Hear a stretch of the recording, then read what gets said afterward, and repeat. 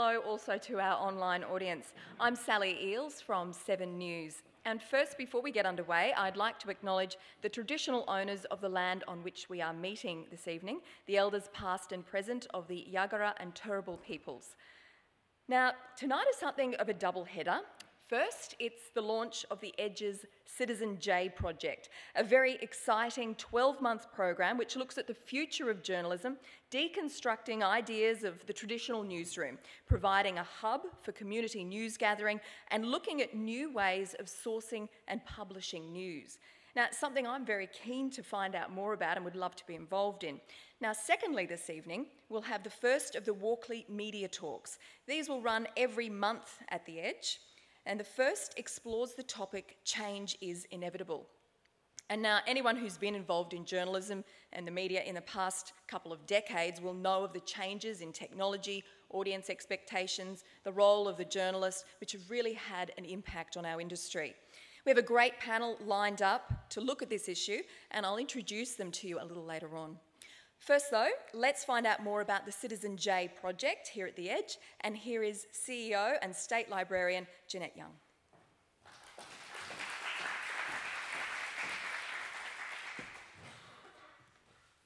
Thank you, Sally, and good evening everyone. I too would like to acknowledge the traditional owners of this land, the Turrbal people and the Yagara people, and pay respects to their ancestors who came before them. This library and the Edge are located on Karilpa Point, which is a traditional meeting point for the Aboriginal people of this area. I'd also like to acknowledge Tim Fairfax, whose generous support through the Queensland Library Foundation has made this program possible. Christopher Warren, the Federal Secretary of the Media, Entertainment and Arts Alliance, and CEO of the Walkley Foundation, who's joined us tonight to launch the first of the Walkley Media Talks as one of the first initiatives of the CitizenJ program. I'd like to acknowledge Dr. Dale Spender, who's a member of the Library Board of Queensland, and Lynn McLaughlin, who's also a member of the Library Board of Queensland, and Dr. Paul Campbell, who's a member of the Queensland Library Foundation. Now I'd like to talk a little bit about CitizenJ. Tonight we're launching CitizenJ, a community-centric journalism program based here at the Edge, which is part of the State Library, as many of you would know. The Edge is a creative space where young people aged 15 to 25 creatively experiment across art, science, technology and enterprise. And what else is there? For example, users are currently exploring the outer reaches of the solar system through their Imaginings Cosmology program period. If you're interested in that, there's more information available on our website. And I notice we've placed business cards around the room, so if any of you are unclear of what our websites are, you should be able to find them. However, keeping our feet on the ground for the moment, CitizenJ is a 12-month program that will trial a new model for sourcing, developing and publishing community news. Libraries have always played an important role in the dissemination of information to the community, but traditionally we have been passive receivers of published content. Hosting a program like CitizenJ here at State Library enables the library to move up that publishing value chain, providing our users with the opportunity to consume and research existing news content, but also the chance to be actively involved in the creation of news content. We believe this program will support the development of the critical thinking, research, analysis, and technical production skills of our library users, enabling them to be more fully active participants in our increasingly content-rich information landscape. The State Library currently provides access to news content through a number of avenues. Our free internet services, which are made available to people all throughout Queensland, spaces like the Fairfax Reading Room, free access to databases such as Newsbank's Australia's Newspapers collection, featuring over 130 Australian and international titles, and exhibitions like the recent Cane Toad Times exhibition, which included a lot of political memorabilia here at the State Library. CitizenJ allows us to take this one step further, to actively support the community to produce, publish and preserve commentary on issues of significance to society. As you know, the digital revolution has created opportunities and challenges for all the information industries. Libraries, like newspapers, radio and television stations, need to claim a role in shaping, not just keeping pace with the digital landscape. So we at State Library are very proud to be initiating this CitizenJ venture, an Australian first, with the generous support of Tim Fairfax through the Queensland Library Foundation. Tim has been a substantial supporter of the library services, working through the Queensland Library Foundation to sponsor the Fairfax Reading Room as part of the Millennium Arts Project in 2006. There are a number of aspects to the CitizenJ program. We expect that this program, by design and intent, will be strongly aligned with our new branding, All Yours. Firstly, a newsroom will be established here at the Edge. Well, it has been established here at the Edge, and you'll be invited to take a look at that later this evening. It's actually upstairs in the mezzanine. This facility will be managed by Newsroom Coordinator John Corlett, who is here to help anyone, to explain to anyone what it is we're doing. This newsroom will provide production facilities for existing community news journalists, training facilities for interested citizen journalists, and a custom publishing platform for multimedia content. Participants engaged in the newsroom will be supported through a training framework which will cover everything from basic journalistic skills through to specialisation in video, audio, or interactive content production. There'll be 4 casual newsroom facilitator roles who will offer as a further professional development opportunity for young and emerging journalists. We can also show you, if you come upstairs later this evening, a custom check-in system which has been developed to coordinate program participants, allowing them to remain virtually connected to other participants across multiple sites. The check-in system's been designed over a 6-month period by members of the HAC, the evening group that meets weekly here at the Edge.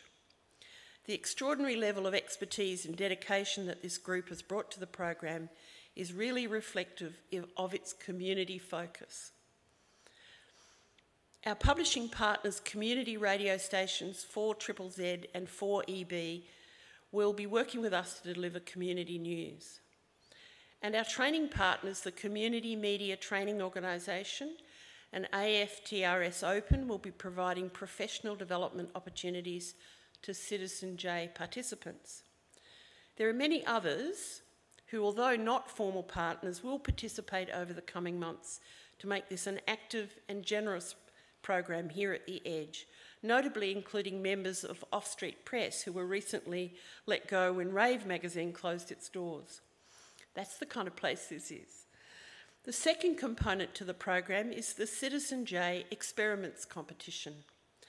This is an opportunity for journalists, developers, entrepreneurs and innovators around the country to apply for up to $10,000 to create new platforms or content for the media industry. A minimum of 3 projects will be backed through this competition, with an additional project to be selected for crowdfunding support, which we hope that some of you here tonight will see value in supporting. Finally, a series of public talks supported by the Walkley Foundation will be run monthly at the Edge, inviting discussion and debate around topics of critical importance to the media industry. The first of these will commence this evening, and I especially want to acknowledge the generous support of our event partner, the Walkley Foundation and the Media, Entertainment and Arts Alliance. Christopher Warren, Federal Secretary of the MEAA and CEO of the Walkley Foundation, has joined us to launch the Walkley Media Talks series here at the Edge over the next 10 months. In closing, I would like to acknowledge the enthusiastic contributions and expertise of tonight's chairperson and panellists, coming to us from leading news organisations, Channel 7 News, the ABC, the Global Mail and the Courier Mail. And we hope that the focus on journalism at the Edge will prove to highlight ideas that you find interesting and thought-provoking. More information, as I said, is available at the Edge website, which is edgequeensland.org.au. I encourage you to stay involved over the coming months. For example, you might want to brainstorm an entry or two for the experiments competition, or you might want to join us to discuss issues that are of critical importance to the industry and just drop in to see what's happening in the newsroom. So I look forward to the first of our Walkley events this evening.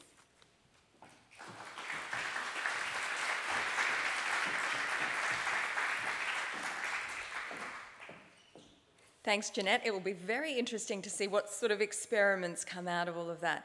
I'd now like to introduce the Federal Secretary of the Media, Entertainment and Arts Alliance and the CEO of the Walkley Foundation, Christopher Warren.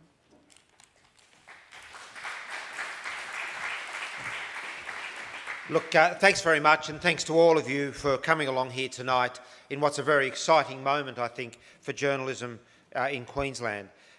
On behalf of both the Media Alliance and the Walkley Foundation, I'm very pleased to be able to welcome you to this, the first edition of our free public event series of Walkley Media Talks here at the State Library in Queensland.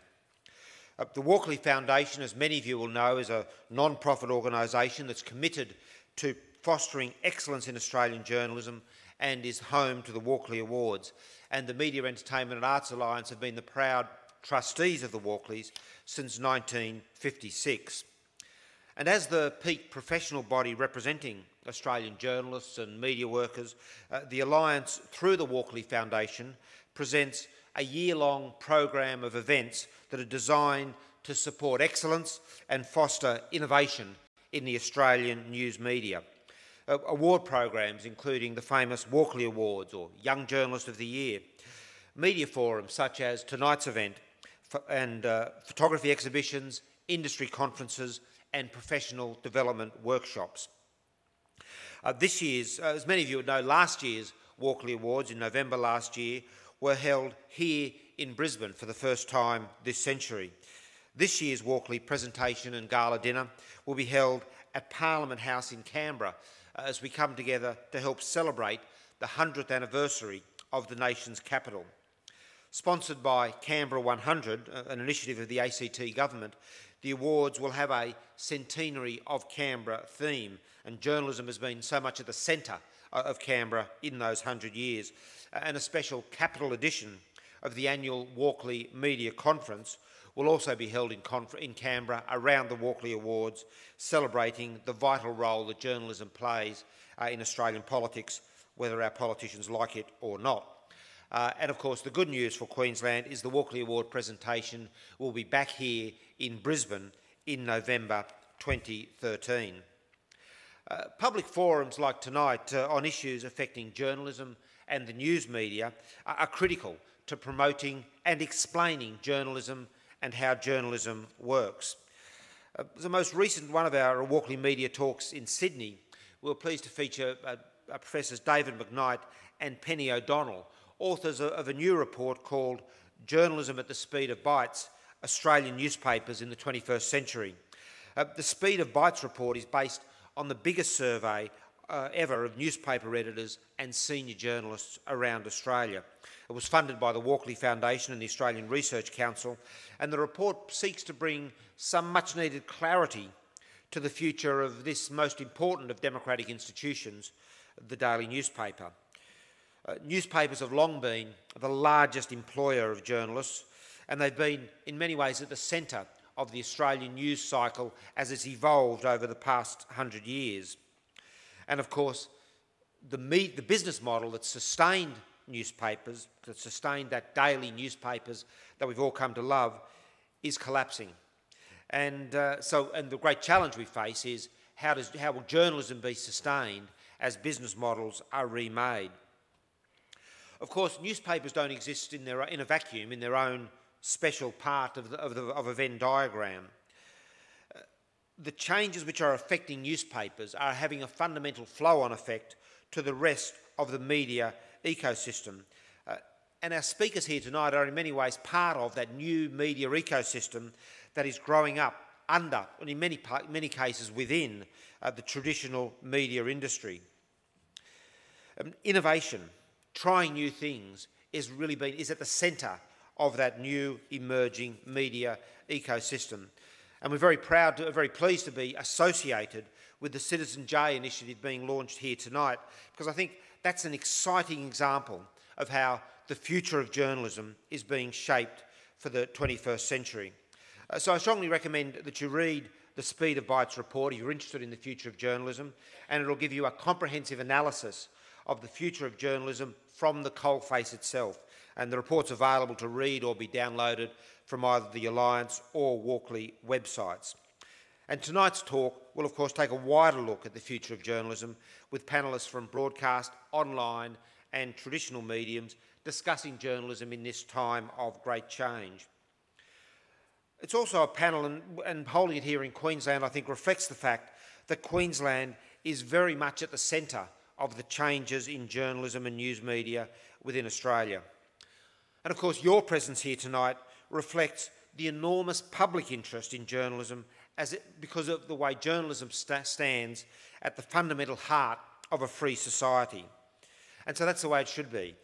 Australian communities taking an active interest in protecting that most independent and reliable source of information, and of journalists themselves who are making that happen. Thank you all, and I hope you'll enjoy tonight as much as I do.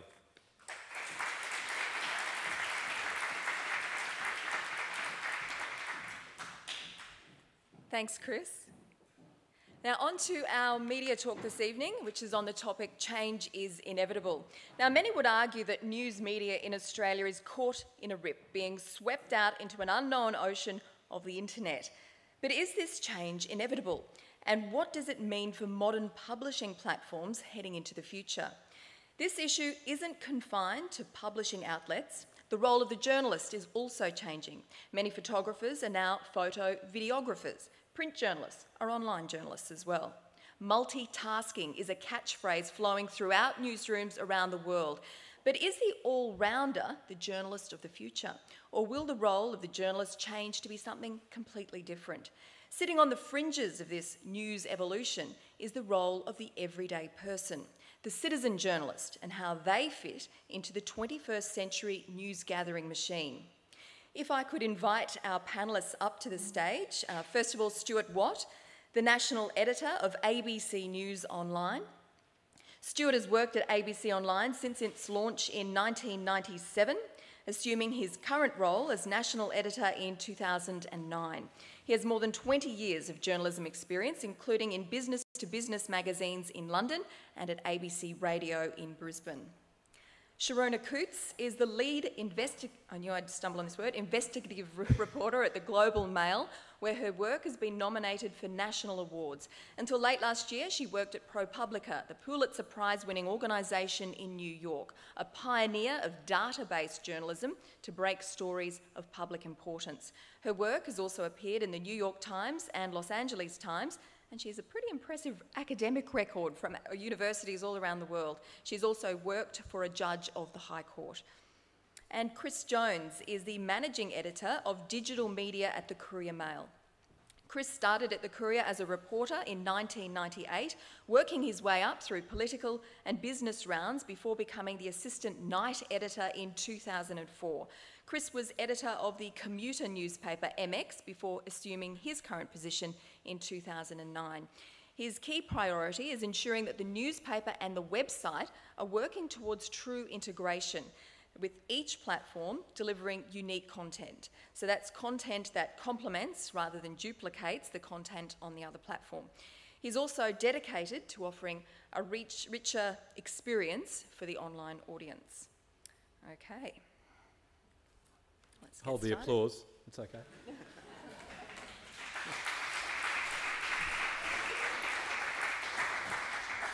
Okay, so Chris, let's start with you. You've worked in the old and the new media. Is change inevitable? Yes. Okay, right. And you can explain why. What's happened to the Courier in recent times? So I walked into the Courier Mail newsroom in 1998, so 14 years ago, which my good friend Shane Rogers would say feels like about 5 minutes ago, I'm sure. And, you know, the pace of change in that time has been extraordinary. It was a very, very different newsroom. You know, the internet was something that you lined up for, you know, in the library and sort of got your slot of 15 minutes. A performance review was being told you were a dickhead by your chief of staff. That's still the same, isn't it? No. Yes. And look, social media was, you know, all gathering around the TV to watch the 6 o'clock news. It was a newsroom where journalists, there was one deadline a day, and where the rivers of gold, you know, were still well and truly flowing into the coffers through classified advertising. I think what's been fascinating over those 14 years is how the pace of change has increased as well over that time, and it's not going away. I mean, you look at just how things have changed just in the past, say, couple of years. You know, 2.5 years ago there was no such thing as an iPad. You know, you look at how Facebook now appears to have, you know, it's gone through this amazing time, and now appears to be coming out the other end as other things take over. You know, Twitter was nothing, you know, probably 2 years ago, and you just look at this incredible change. And I think if you look back at the past 18 months or 2 years, I think the one thing that we can be certain of is that we'll never again see pace, change operate at a pace so slow as that. And we're starting to see that in our, you know, in newspaper businesses. Not only are we asking our reporters now to do so much more than just filing for that newspaper deadline, they're expected to file all day. They're expected to be able to, you know, do you know, pieces to camera and so on. They're expected to think about multimedia presentations and, you know, et cetera, et cetera. But on the business side, you know, obviously things are changing, and they're changing incredibly quickly. Classifieds in print are essentially gone, and, you know, the battle for the advertising dollars, you know, is a real challenge for the industry. So that's the change piece. But I think what isn't going to change, and I'm confident of this, is you know, is that need for a trusted source of information. And I think, you know, and that's the role that newspapers and traditional media have always played, that trusted source of information. And you know, I think that role is even more important in a world of infinite choice. You know, in a world where you can get everything, surely there's more than ever a need for a trusted filter on that world. You know, on that world to, you know, to really pick out, you know, make sense of that for your audience. And Stuart, ABC Online, they were one of the very first. They were right at the forefront of when the whole internet came into being. Has that made adapting with the change easier? Also, you could draw on all that broadcast stuff as well. So, you know, Chris was saying journos there in the print had to learn how to do a piece to camera. You already had all of that in the bag. So has that made it easier or harder, or what have you found? Probably a bit of both, I think. Certainly in 1997, the access to a whole lot of broadcast journalists wasn't much good to us. I remember distinctly the six of us who started ABC News Online huddling around a computer at one point because someone had produced a piece of magic, and that magic was a photograph that accompanied a story. So at that point, when we still had dial-up modems and what have you, you know, the thought of broadcast media being delivered over the internet, it seemed like a far-off, distant future. So from that, back in those early days, that certainly wasn't an advantage. And I think, and this is something I'm sure that Chris would relate to, but you know, being part of a massive organisation that in the past has been very focused on, in my case, broadcast journalism, brings with it its own challenges in being, you know, a completely different beast, effectively. And that can make integration with the bigger whole sometimes quite difficult. I'm happy to say that's something that the ABC's come to grips with over the years, and I guess that you know, that integration with the broadcast arm of the ABC these days is much more seamless and hand in glove. In terms of, you know, to get back to, you know, I suppose the essence of your question, having been an online newsroom since 1997 means we've had no choice but to embrace change. You know, we have, I'm fond of saying that we reinvent ourselves about every 9 months. We go through different rosters and different workflows about once every 3 months. We are constantly changing the roles that people in the newsroom are filling. So you don't have a static staff, you just rotate them? We have these days we've got about 44 or 45 people on the roster, but they rotate through multiple roles. So we operate on the basis that that everyone needs to be able to do every job, and the reason for that is because obviously we have well, perhaps it's not obvious, but being the ABC's national newsroom for online, we have a national and an international brief. So when a big news event, and a good example is the Japan tsunami, happens at 4:30 on a Friday afternoon, we need to be able to marshal whatever resources we have in the office to cover that story to best effect. And that might mean that the person who up until that point has been moderating comments on stories no longer does that, but instead goes to YouTube and tries to source video. And the person who might have been doing regional news doesn't do that anymore, but they monitor NHK and try to pull out quotes about what's happening. And that model has served us extraordinarily well, because it means we can be very flexible and very nimble when we are looking to, when the news agenda, as it does, changes without a moment's notice. And Sharona, you've always worked in that digital realm. Is it evolving as well? And how are you finding that, you know, the engagement with audience, does that drive you as well? I actually worked at the ABC for quite a long time. So I down in Ultimo in Sydney doing a bunch of different things at Radio National and other places, but it's true that in the last 5 years I've worked in organisations that are exclusively online, not-for-profit, philanthropically funded, and one of the things that, you know, when I think about the future of journalism, I was talking about this earlier today, there's a couple of points I like to make, which are, one, I don't think the business model is dying. I think it's dead. We're now just watching this slow sort of death throes of it. You know, classifieds are not coming back, advertising questionable. So really we arrive at a dilemma, which is how do we make sure that this absolutely essential public service, which is holding people to account and delivering information that citizens need, how do we make sure that can happen? And I think actually we don't need a solution, we need lots of them. And there are a lot of them that are already happening. So one answer to the problem, what do we do now that the business model is dead, is let's not have a business model. Let's find philanthropists who will give us the money so that we can do this important work. And because we don't have to make a profit, let's give it away. So that's what we did at ProPublica. Not only did we give it to our readers for free, we often gave it to other organisations, other media organisations for free.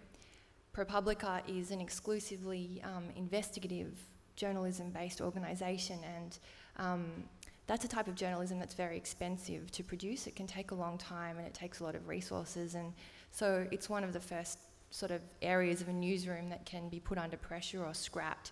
So we'd walk into newsrooms, newspapers, radio stations, radio networks, TV shows, and we would actually just give them our stories.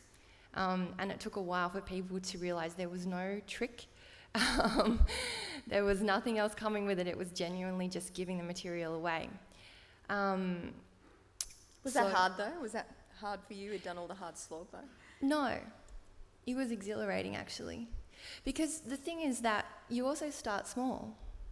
So it was really cool when I partnered with Marketplace, which is a nationally broadcast program that reaches tens of millions of listeners every day. The story I worked on with a really talented reporter there, I mean, I'd already done 6 months of work. She came in the last 3 weeks. She got as much credit as I did, but I can tell you I wouldn't at that point in time have reached as many people with my story if not for them, so I loved it. And it's a very creative, I think once you're in the sort of collaborative realm, it's very exciting to be able to work with new people in different organisations who have different experiences and different takes on things. It's actually a really positive experience. And for your point about reaching the audience, I mean, I would say absolutely. I'm very interested in data journalism. I'm very interested in, you know, at ProPublica we had a partnership with Public Radio International. And what PRI had been doing for years was when people contacted them after a story went live or as a source, they would enter everything they possibly could about that person into a database. So names, addresses, age, gender, race, occupation, anything else that they could possibly think of. So, and when I say database, I mean like thousands and thousands and thousands of people. And what that meant for us was when we had the idea that we wanted to crowdsource or do distributed reporting, we could query the database, find exactly the type of people, either because they were students in the type of universities we were interested in, they lived in the neighbourhoods that we were interested in, all that sort of stuff. We could actually give them reporting tasks, and they loved it. It's not that easy. I mean, you have to experiment and say, okay, people didn't understand what we were asking from them this time, let's try it again. But these are all the sorts of things you can do. And just if I can add one little thing about the pace of change, I was having a conversation with someone who works not in the journalism sphere, but the activism sphere. And I was asking him, this is last week, about how they manage their email list, which for one of these online groups is really their most important asset when you think about it. And what I was really asking was, you know, how do people within the organisation compete? Does everyone have equal access to it? Do you have to make a pitch? What he took my question to be was, how are you planning to deal with the coming end of email as a form of communication? This is something that people are actively thinking about now. And I always used to joke with my partner that, you know, our kids would be amazed to hear that we remembered a time before email. And now I actually think that our kids, my kids, will be amazed to learn that I remember email. But to get back to your first point, the secret to a sustainable business model is a benefactor with deep pockets. So Memo Fairfax, I think. Look, I was going to ask you, what do you think about that? Is the business model dead? Do big organisations accept that? What's the future? Do you find someone with deep pockets? So I think the business model, the traditional business model classifieds is gone. Why would you know? I think there's exceptions around the edges there, but you know, around prestige property or automotive dealers and so on. But I think that general idea of you know, the rats and mice classifieds is gone. Rats and mice. But you know, display advertising. You know, what do advertisers want? They want to reach an audience. And while the audience to traditional media organisations is fragmenting, you know, we still reach mass audiences. You know, there was some research done by Roy Morgan or Nielsen last week, which looked at all of the major metro newspapers in Australia, and the total audience was the same or higher in 2012 as in 2002. It just happens that some people are getting from the print edition, some people are getting from the website. And I think that's extraordinary. I think that in a world where you can get anything you want through your phone, from myriad of sources, through Twitter, through RSS feeds, through Google News, whatever, that that the traditional newspaper brands still have an audience, that's the same or bigger than 10 years ago. That's an extraordinary thing. And so advertisers want to reach mass markets. That's how they work. Is advertising revenue, though, the only way, or do you think we're going to have to find new ways as well? I'll open that to all of you. Well, I think that what we've seen with paywalls is we've moved from a world where 5 years ago it was just such a foreign concept. It's just weird. What? To a world where now there's a whole lot of people who will pay for access to news. That's fine. That's good. Now, whether they pay that through the NPR model of, do it because it feels good, or whether they do it through the New York Times model where you're not hit up until you reach a certain point, or whether you go with the freemium model that the Australian and the Herald Sun have in place. Is that working? Yeah, it is. Mm-hmm. It is. People are paying and... Yep. And I think why that works is that you still have, whatever the model is, it's the same world. It's where you're relying on a combination of people paying for access and also you selling the eyeballs to advertisers. In the days where there was a paper, there might be 4 of you in the household who read it, or 10 of you in the tea room that read it. There's one paper. It's been purchased once. So, I think that yes, the traditional business model may be dead, but there ain't nothing wrong with, I don't think, advertisers still want to reach a whole lot of people, and traditional media organisations can still do that. What's interesting is the readership of the Courier Mail and the Sunday Mail is, on any given day, is higher than the audience to 7 News in 9 News, in Brisbane and Queensland, which is astounding, extraordinary. And no one yet is saying that the 6 o'clock news is in trouble, Something I'd like to bring up actually with Stuart.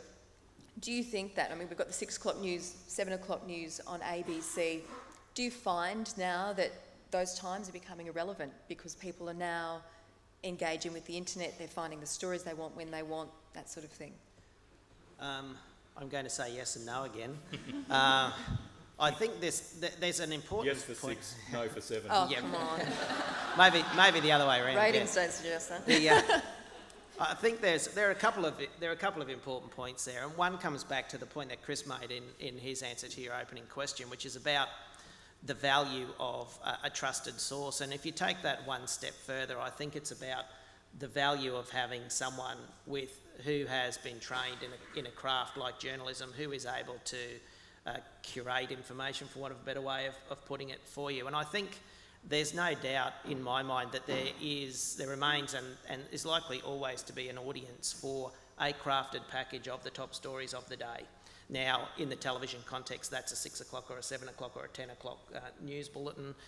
In the case of the internet, it's coming to a website and. Do you think there always will be? When we have the interactive TVs now, and you can just pull up your own bulletin, really, couldn't you? You could do that, and we've had that. Capability on our website for about 10 years, and no one uses it because it's too difficult. What they're more likely to do on YouTube, for example, is go and you see this on Spotify as well. Anyone who's familiar with Spotify, it's a social sharing music sort of a platform. What people are far more likely to do is go and find a playlist that someone else has put together and play that playlist. Now, in the case of the ABC, we are sort of experimenting with YouTube. We're in the fortunate position of not having to turn $1 out of our programming, so we can go into platforms like YouTube and just look at that as another method of people seeing our stories.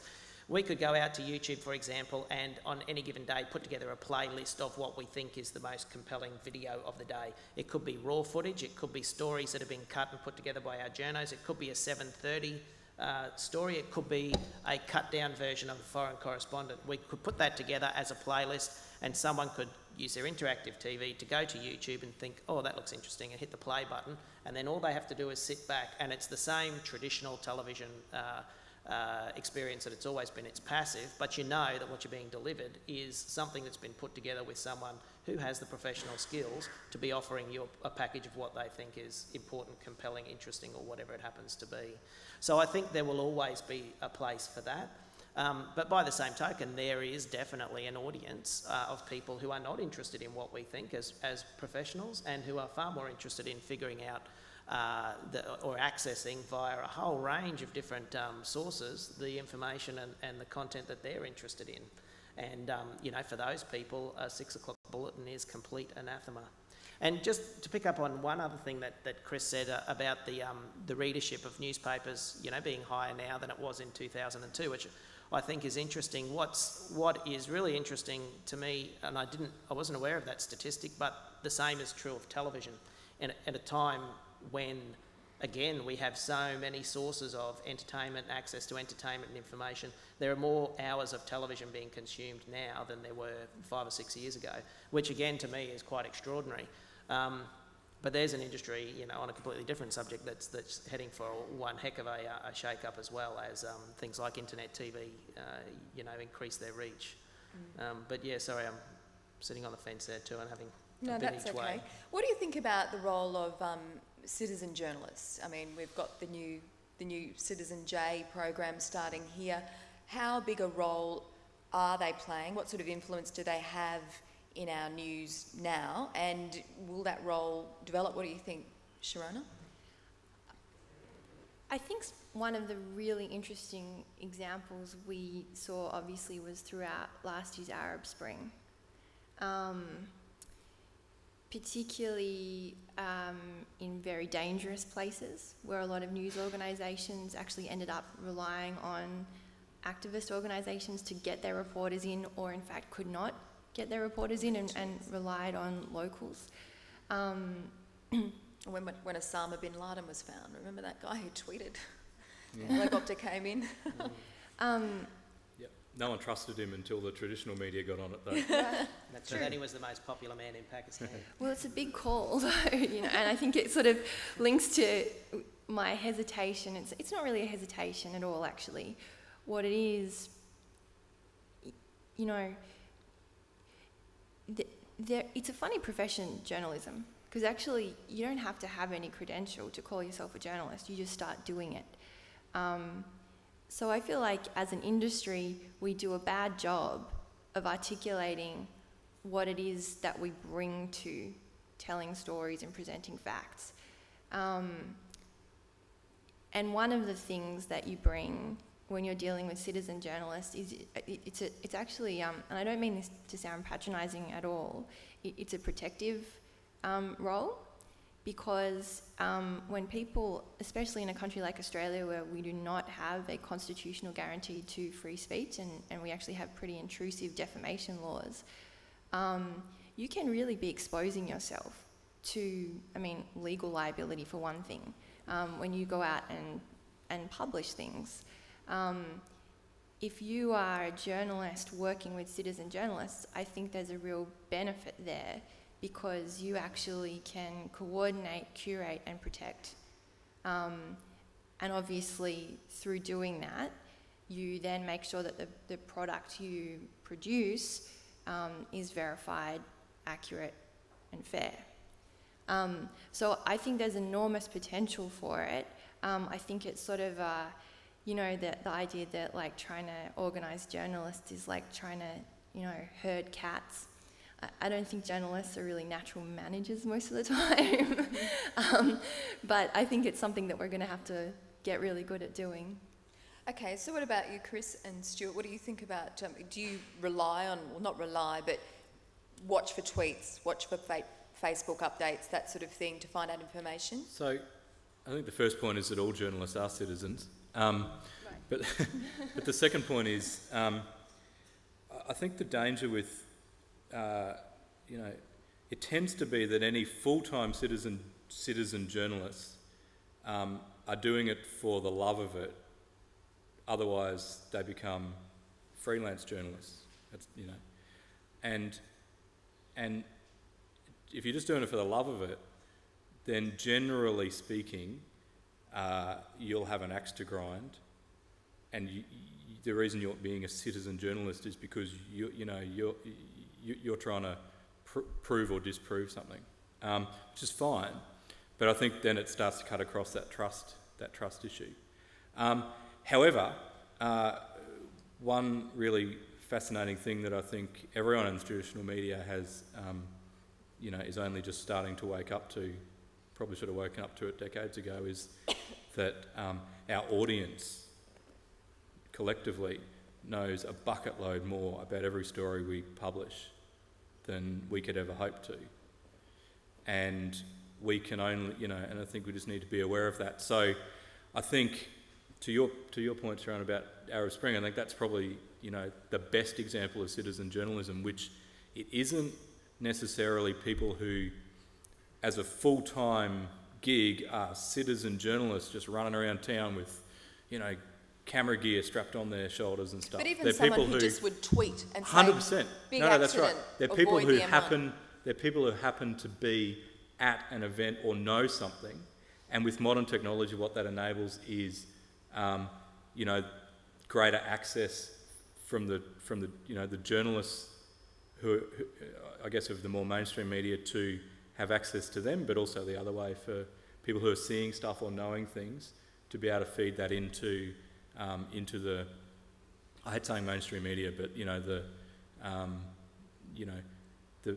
the media that isn't blogs, I guess. And I think that's really fascinating. And I guess the other thing that I'm really starting to notice just in the past 12 months is how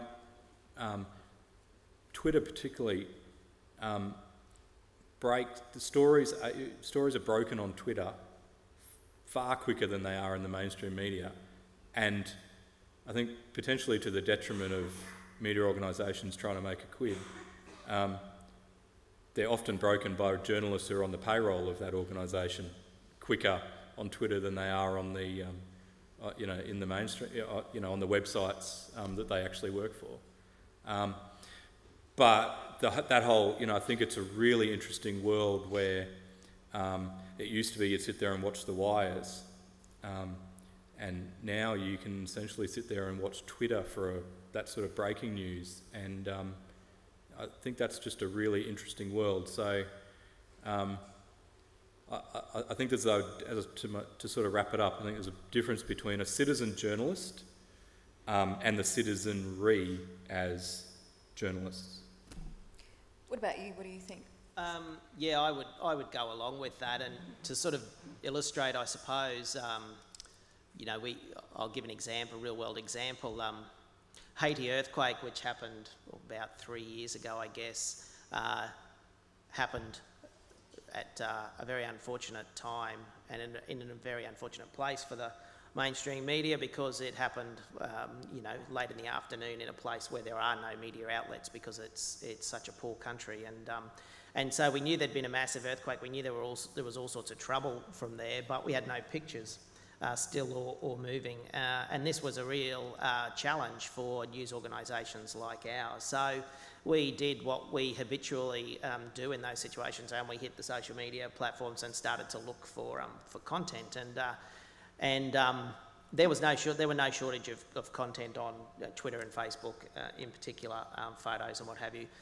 The difficulty then, of course, becomes sorting out what's real and what was in fact, in the case of Haiti, there was one photograph of a buckled bridge which did the rounds and featured on CNN, which has actually been from an earthquake I think it was the Kobe earthquake in 2006 or something. So that was a complete furphy.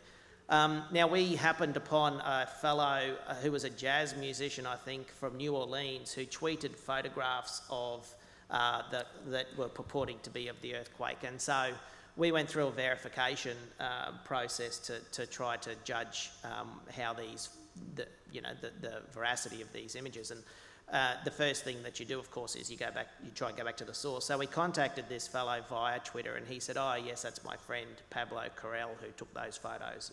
He's in Port-au-Prince."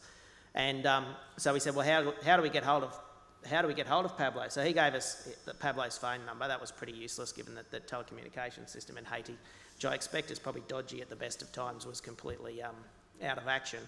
But he also gave us Pablo's Facebook page. So we contacted Pablo via Facebook, but couldn't get hold of him. He also gave us Pablo's Gmail account.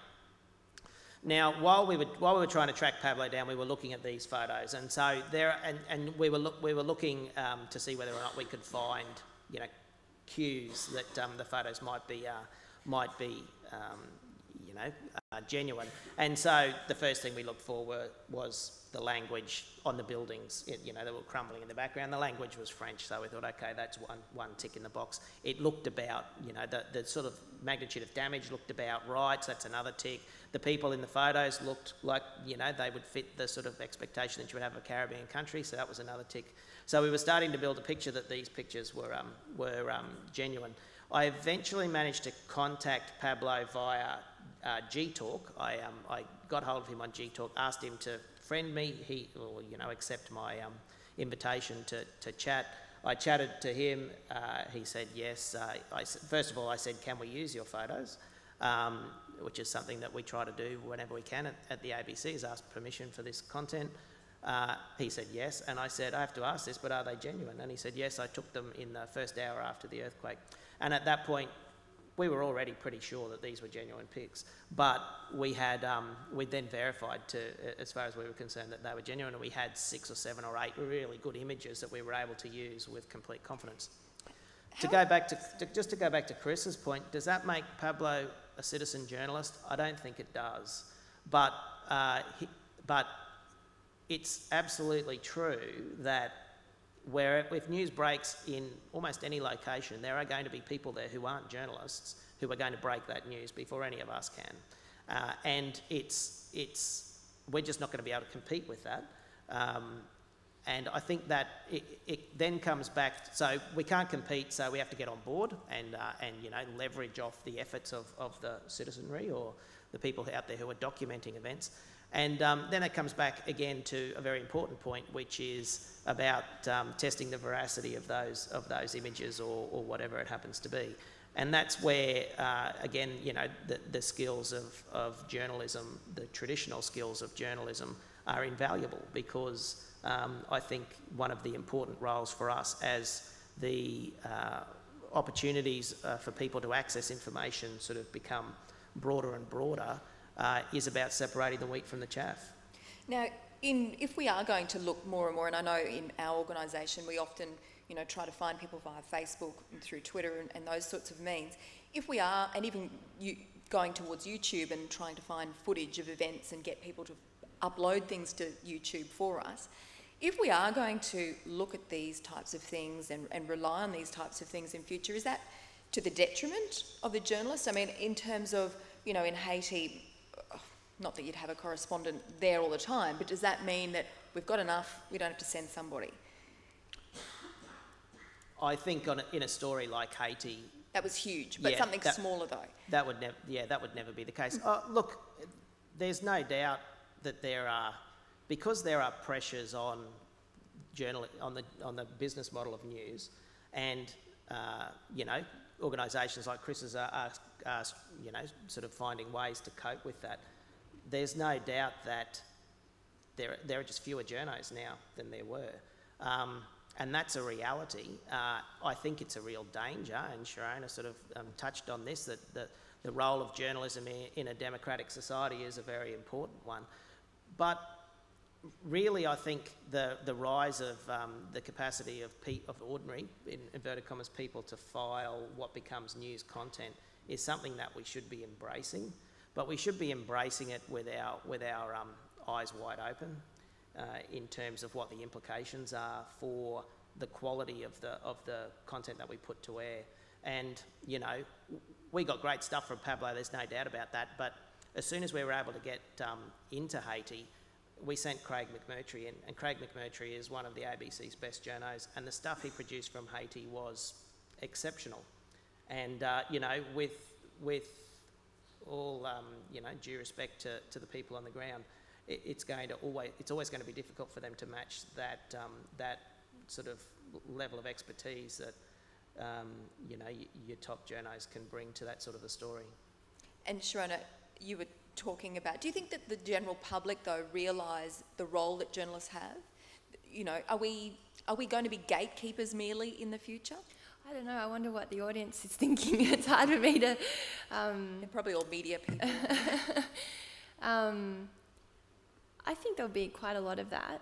What I think, though, is I actually lament it when I see organisations move towards making reporters file 3-4 times a day, cutting investigative or, you know, long-form feature writers, because I don't know about you guys, but I mean, I do my job during the day. I'm not actually like glued to, I mean, I am a bit, but you know, I'm not like watching the TV constantly to see if there's a tiny incremental change unless I'm actually writing about that particular story. And I find a lot of value. We were talking about kind of curating like the YouTube clips that people put together. There's a proliferation of new terms that have come out in the last few years that I think are funny, so I'll tell them to you. I mean, explainers, okay, that's not funny, but charticles, like, you know, a lot of websites famously will do something that's kind of a hybrid between a chart and an article. So they'll go, hey, you know, you were wondering about, you know, all the earthquakes in the last few years, and is there really this sort of pattern around the Pacific? Well, let's create an infographic and we'll take you through earthquake by earthquake, what it did, how many people were injured. Charticle. Listicle, you know, 10 worst financial collapses of the last decade, 10 most egregious financial crimes, this kind of thing. People love to read those sorts of things. There's also, you know, like not just an explainer. Okay, what would an explainer be? It would be, for example, where the stuff with Julian Assange, right? And you're thinking, but wait a second, is he being accused of rape or is it some other sexual crime? I don't really get it. What's the deal in Sweden? An explainer might be, here's the deal in Sweden. Here's why this is confusing. You know, it's more in depth, it's more thought through, but I think it helps give people context for a lot of the other breaking news. And then the other thing is sort of truth squatting. People might be familiar with the sites like PolitiFact in the US. What they have made very, very successful is when a politician or a public figure makes a claim, they go check it. And they write, you know, is it true or is it not? Would have been fairly easy this week. Yeah, well, yeah. Let's not go there, I think. So I actually think that, you know, it's true. It's great as news professionals, we should embrace people's willingness to work with us and to tell their own stories with our assistance. That's kind of curating, managing, overseeing, all that sort of stuff. But I think that actually by being so immersed in something, like say you were the person who was designated to, you know, cover the Japanese earthquake and tsunami, or you were one of the team of 3 people, you would be really well placed a few days later to write the kind of summary. You know, this is what happened, this is what's happened since, here's what we know, here's what we still don't know. I don't know if that's useful at all. I think what's interesting about all of them is that they're just great storytelling techniques. Yeah. And probably what's changed is you spent a lot of time just working on vanity pieces that were just pointless. You know, a whole lot of journalism used to be stuff that was written, you know, for 2 people. Right. And I think the great thing about the internet is you don't just put it on page 18 and say to yourself, don't worry, 500,000 people read that. You can actually see how many people actually read that and go, you know what, no one actually cares. You know, so let's... Give us some example of your vanity pieces. Well, I always come back to my 2-week trip to Zimbabwe. Like, you know, who cares? Sorry. But I think what's really interesting about all of them is they're telling stories in ways that are much better than we would have thought of before. I got a bit worried when he said listicles. I'm glad that you got that one out. But but you know, lists are fantastic, and often, you know, the best way to tell a story is through a list or through an infographic. Like the earthquakes one you're talking about there was sensational. Or to do a list, but now you do it as a slideshow, right? Because the web's so visual. So you might have a list, but, you know, whereas 2 or 3 years ago, Salon or Slate or the Huffington Post or whoever might have done 10, 9, 8, 7, you know.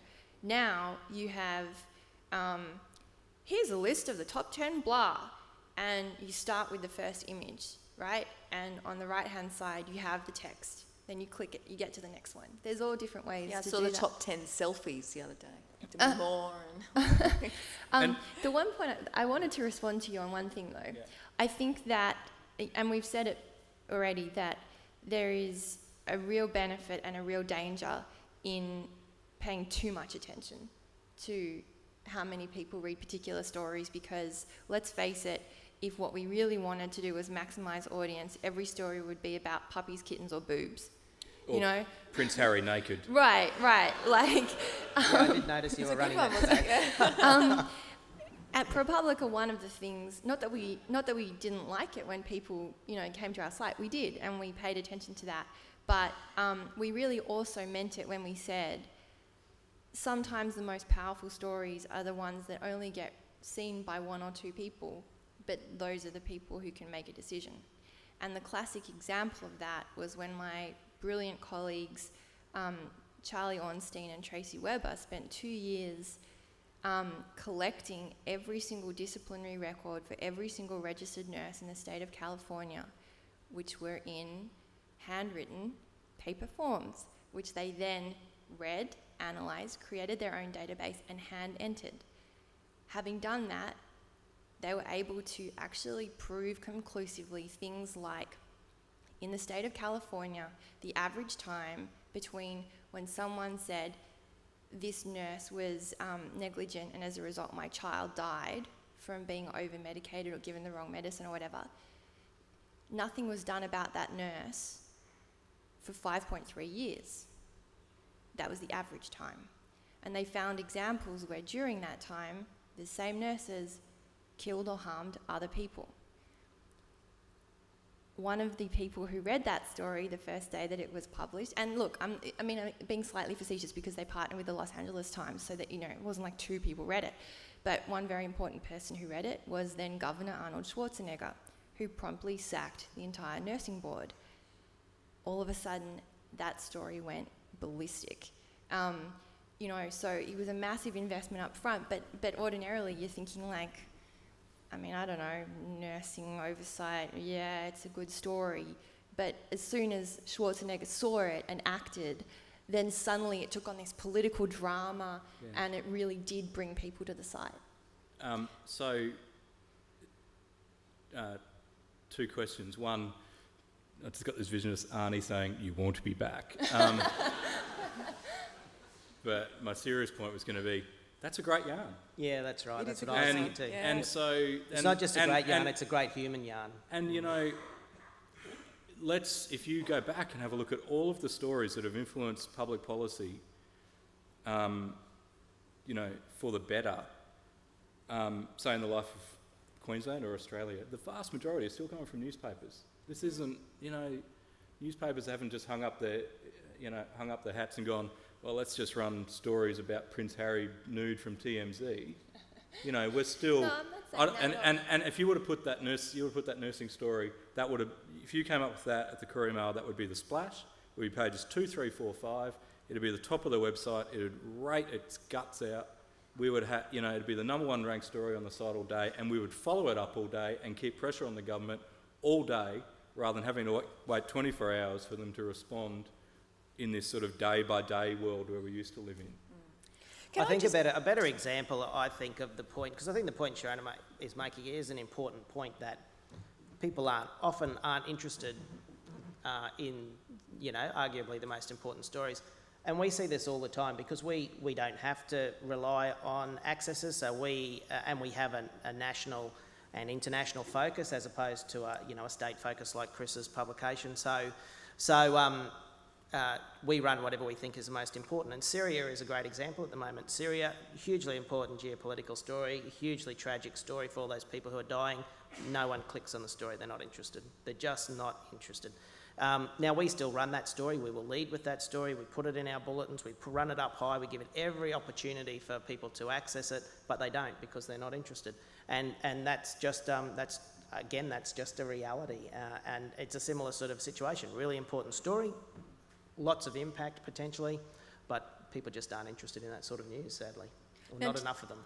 Just moving on to a different sort of area, what do you think about organisations that are now breaking news themselves? They don't have to use us. They go around us and they go directly to the audience that they want to reach.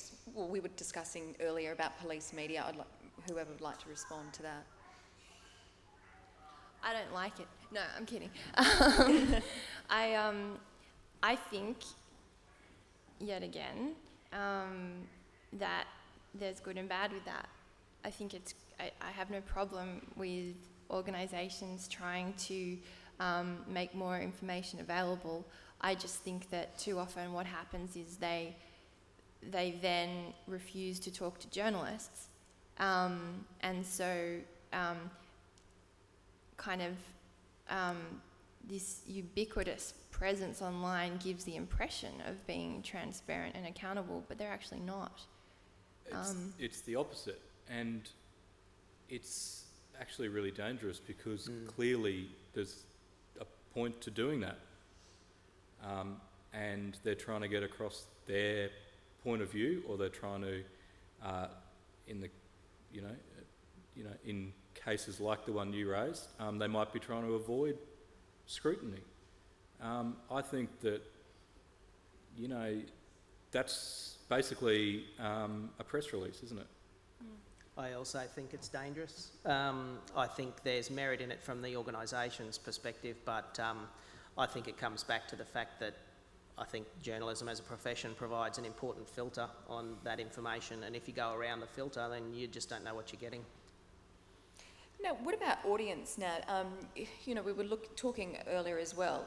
Is the audience driving the change in the media as well? In the past you'd have technological change, you'd have the TV came, and so then we produced programs for TV and then the audience came, but now everybody seems to be on top of the new technology. Everyone's got the latest iPad, the iPod, everything, and the organisations, the cogs seem to be very slow to turn. Is that what you've found? Yeah, I think that's absolutely right. I think changing audience patterns, it's a bit of a case of the tail starting to wag the dog in some cases, and when we were having this discussion earlier, the obvious example for me is the rise of smartphones. There is that joke that we Queenslanders are fond of telling about, no one ever having taken a photo of a winning New South Wales State of Origin side with an iPhone, because they simply didn't exist back in those far-off days when New South Wales were a force.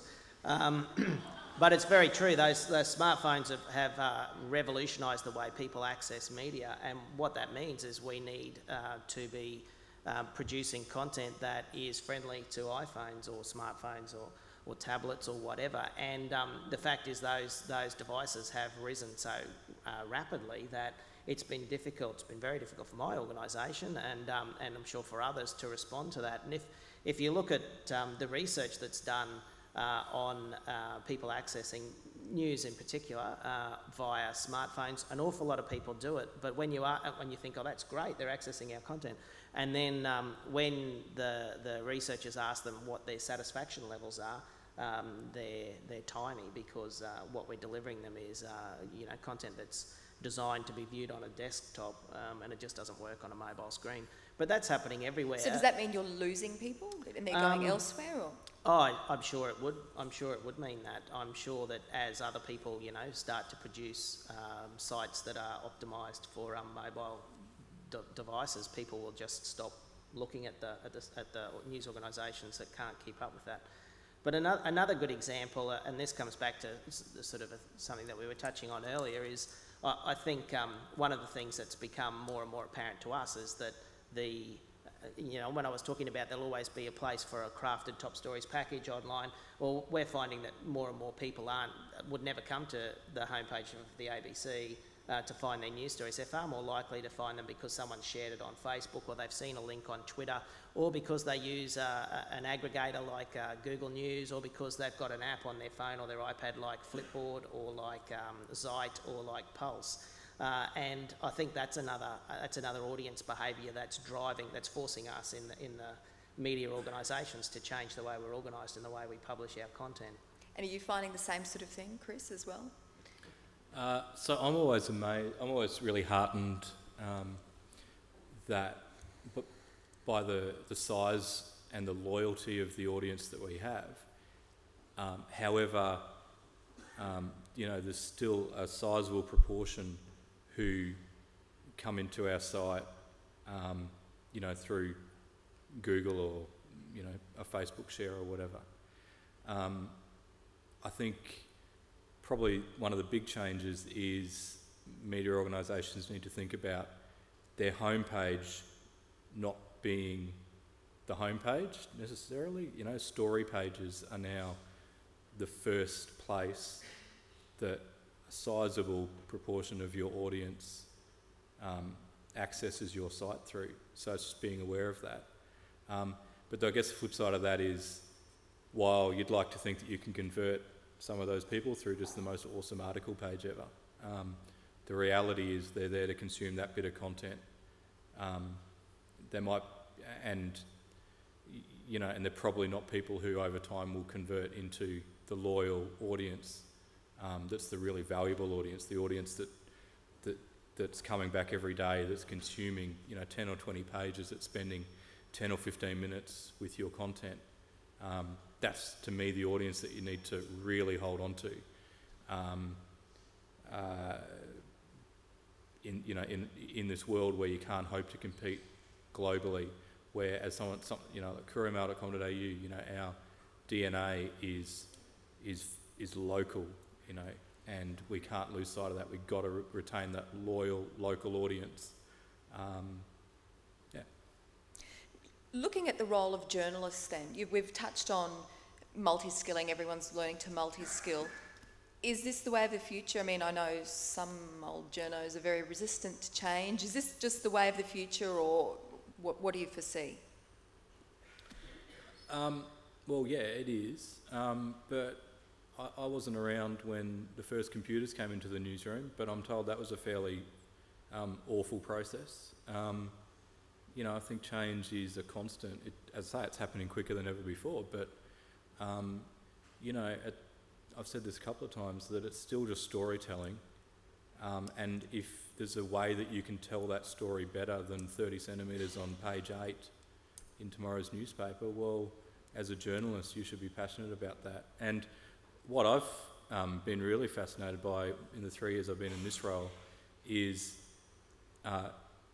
the enthusiasm that the older journalists have for doing digital, compared often to the younger journalists. It's completely arse about from what you'd think, but it's the truth. So, again, the answer is yes. So are news organisations doing enough to keep up with the change that's happening? Are they doing enough, or should there be more done, or what do you think, Stuart? Look, I think it's difficult. I think they are doing enough. I think essentially we're doing what we can because, by definition, we have to be reactive. There were no tablets a couple of years ago. Tablets were released. We had to respond, so we responded by, news organisations all over the world now have tablet editions. Similarly for smartphones. An organisation like ours, a massive, news gathering organisation, but no capacity to raise revenue. So we've looked at efficiencies to try to increase our output, and that's put a lot of pressure on our people, on our journalists, because our journalists have had to learn a whole lot of skills that aren't necessarily, you know, their core skill set. But and that process has been quite painful. But we've certainly, you know, reaped a dividend from doing that. So, and you know, all of that is happening at a time when news organisations are struggling with this, you know, the well-worn phrase of the business model being, you know, damaged, broken, dead, dying, you know, choose your descriptor. But so yeah, I mean, it's not perfect, and you know, there is still an attitude that we know best often, and that the audience should really just take what they're given. But I think that's far less prevalent than it was, you know, 2 or 3 years ago. And I think on the whole, the news industry is certainly doing its damnedest to respond to what people want.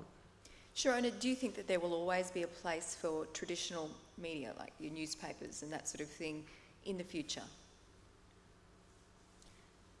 No. I don't know. I'm not sure. I don't know. But what I wanted have to get your crystal ball out. Yeah, I don't know that I'm such a good predictor of the future, but one thing I would say is talking about sort of multi-skilling, I don't really remember a time in my career where that wasn't just taken as given, you know, and that's really exciting. I mean, if you like media and you like storytelling, then you're probably going to like different ways of doing that, because it is actually quite a creative thing to, you know, you do all your reporting and that's all sort of factual and it's people-based and everything, but then you come down to actually craft this thing, and that's a creative process. So why wouldn't you want to think about new elements and new ways to do that and collaborations? One thing I found though is, you know, I can wield a video camera okay, but I'm never going to create art with a video camera in the way that real pros will. So I think actually that although I think the expectation is everyone can multi-skill, I don't think it's that everyone is a virtuoso in everything. I don't think that's really realistic, and I'm happy that actually that's not the expectation. I think what you do need to be able to do is be literate in the different media, so that, you know, I can kind of think about what a video version of a story might look like and have a sensible conversation with someone who can really do that a lot better than I ever will. And the final thing I wanted to say, you know, what I really see happening that's actually a lot harder for folks that, you know, are new to it is this age of data that we are in. And I think that is something that people are just really starting to come to grips with. And I actually think that the innumerates among us, and sadly I count myself as one of those, will be left behind. The age of data is here. And that's really going to be, if I do want to make a prediction, that's going to be it. That's the wave that's about to crash on all of our heads. And if you can't understand how to work with data, how to create data, how to scrutinize it the way you do any other source, that's going to be a problem. So I actually think that really is kind of the next thing that we're all going to, well, one of the next things that we're going to have to be getting very serious about. And, you know, that really actually requires hiring a lot of new types of people. We need, you know, probably a person who graduates with a statistics degree is going to be a very attractive journalism trainee. So obviously the general consensus is that change is inevitable. Are there any other final comments that you'd like to just sort of to wrap up? You know, what are your predictions for the future of journalism, Stuart? There's a small topic.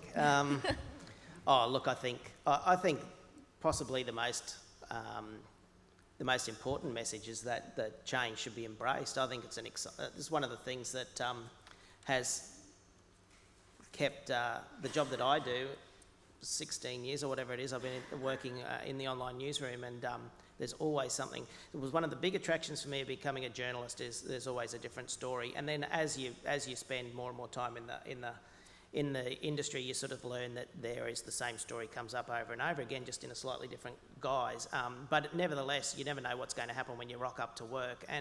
in the internet, in the online world, that is multiplied by a factor of I don't know what, because you just don't know what's around the corner. You don't know what new platform or storytelling method or whatever is going to emerge and be the next challenge. And I think that that change is to be embraced. And I think the points that both Chris and Sharona have made about storytelling, at the end of the day, this business is all about stories. The story is the core of what we do. You can have all the bells and whistles and fancy knickknacks you like. People won't come to your website for very long if you don't have the stories.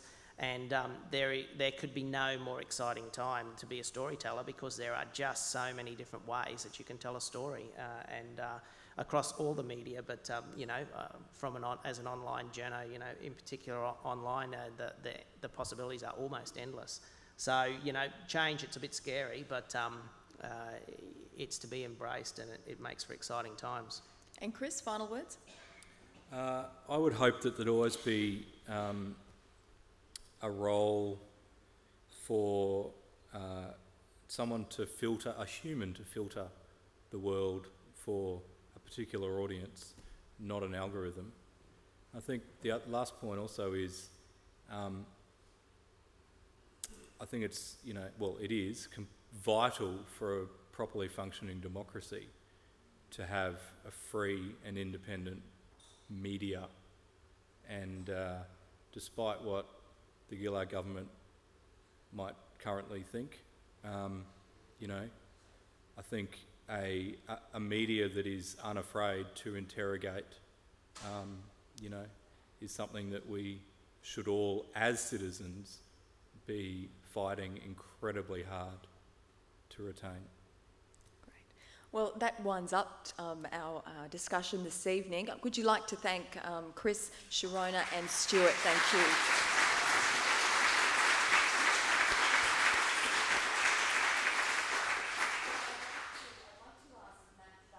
On stage to thank our guests. Just have a small token of appreciation for our guests. Doesn't look like a bottle of wine, mate. Thank you so much. Thank you. Thanks, mate. I get one too, thank you. Thanks also to Christopher Warren from the MEAA and the State Librarian Jeanette Young, and everyone at The Edge for making all of this happen. And thanks to everyone who's come along, and anyone who's watching online as well. Now, anyone who would like to have a tour of the CitizenJ newsroom, if you could meet at the bottom of the stairs shortly, feel free to have a chat and enjoy some light refreshments. Thank you very much, and good night.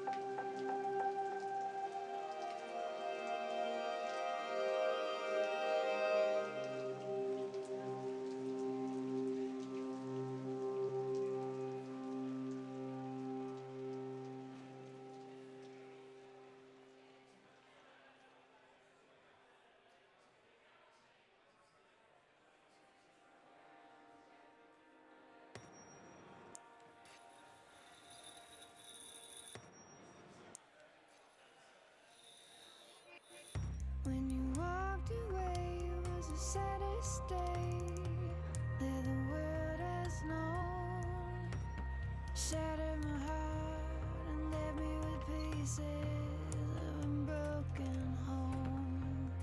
Now you say you need me, standing at the door, asking if you can come in, and I can't say no, no, I can't say no.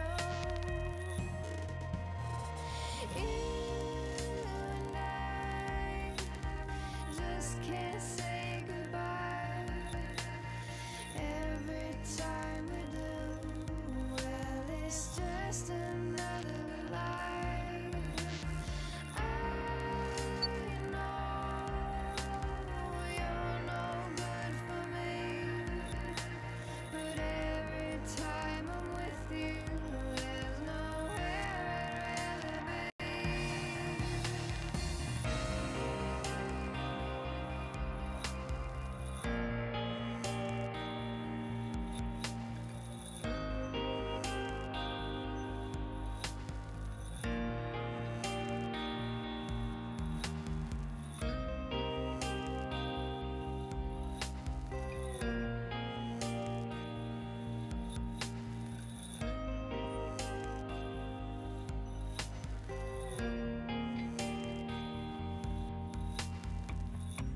We've been to hell, been burned by the flames, the pain so deep that even the strongest God in the heavens would kneel and weep.